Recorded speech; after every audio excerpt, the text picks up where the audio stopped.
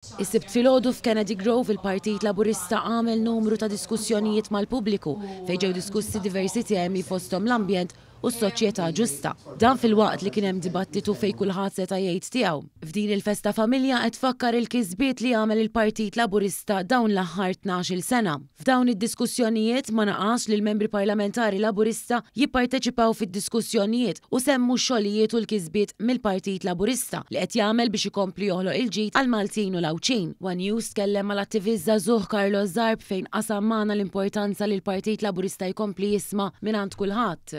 Kienet inizjattiva tajba ħafna l-fatt li anke n-nies setgħu jiġu u jindirizzaw u jagħtu l-ħsibijiet tagħhom diretti lill-membri parlamentari. Naħseb inizjattiva li tkompli turi kemm vera l-Partit Laburista jrid jisma' lil kulħadd, żgħażagħ, anzjani u kull min jixtieq isemma' leħnu biex jara l-ġid għall-Maltin. Tkellimna wkoll mal-wib tal-Gvern Naomi Kakija fejn spjegat l-interess tal-pubbliku f'diversi oqsma għax permezz hekk il-Partit Laburista jkompli jiffoka fuq temi importanti. Xaqna li noħolqu ambjent informali fejn kulħadd iħossu komdu iqum u jagħmel intervent tiegħu ta' massimu 3 minuti.